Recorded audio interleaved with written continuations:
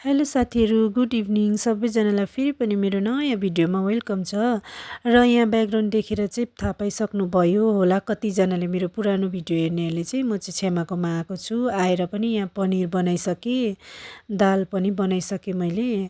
अन्त यो चाहिँ दिउँसोको राजमा रहेछ, पनिर दालहरू। यी दाल मैले अहिले भर्खर बनाएको र यहाँनिर मिक्स भेज पनि बनाएको छु। मैले बनाएको होइन, यो चाहिँ बहिनीले बनाएको थियो। र यहाँ आन्टीले अचार पनि बनाउनु भएको छ, काँक्राको अचार हो। सब्जीहरू चाहिँ अलमोस्ट पाकिसक्यो।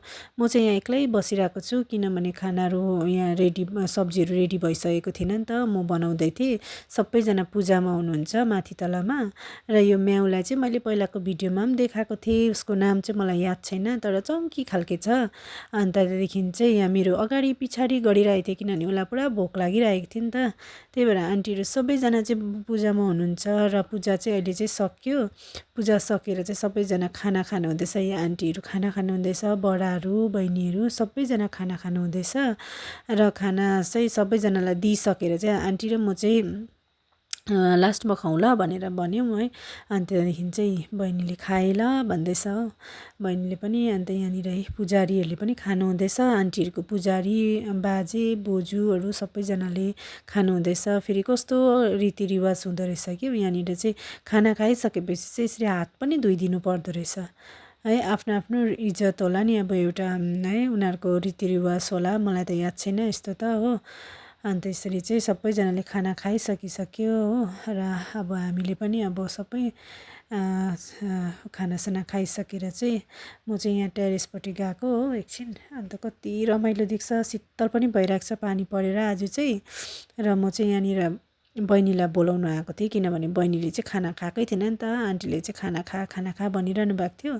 बहिनी चाहिँ थाक्यो होला किनभने आज ट्राभल गरिकन ऊ मामा घरहरू गइकन चाहिँ आएको थियो नि त। मामा घर गइकन गेजिङहरू टासिडिङहरू पुरै गइकन आएको थियो, थाकेको थियो, खाँदिनँ म भन्दै थियो। अन्त फेरि म चाहिँ ए ल भनेर फेरि म चाहिँ निस्केँ। र अब सुत्नुको लागि चाहिँ हाम्रो तर्खर हुँदैछ र एकछिन चाहिँ म बाहिर बस्छु भनेर चाहिँ यहाँ बाहिरबाट म भिडियो गर्दै थिएँ। गान्तोकको कस्तो राम्रो सिन देख्छ यहाँबाट चाहिँ, राति पनि झिलिलिलिलि देखिरहेको हुन्छ नि त। यो डल्लै देखेको चाहिँ गान्तोक हो।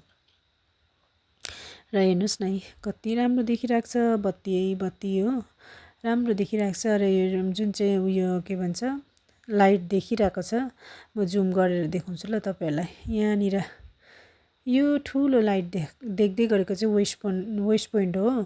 किनभने कतिजनालाई थाहा छ होला है, त्यो चाहिँ ठुलो बिल्डिङ छ, टाढोबाटै देख्छ नि त। यताबाट चाहिँ आन्टीको घरबाट चाहिँ मजाले देख्दो रहेछ। र यहाँबाट चाहिँ एकछिन म बाहिर बसेर भिडियोहरू गरेँ ओरेँ। त्यहाँदेखि चाहिँ सबै कामहरू सकिसकेको थियो हामीले चाहिँ। र अब सुत्नुको लागि चाहिँ जानु आँटेको। कस्तो लाग्यो के लाग्यो कमेन्टमा भनिदिनु होला। Thank you so much.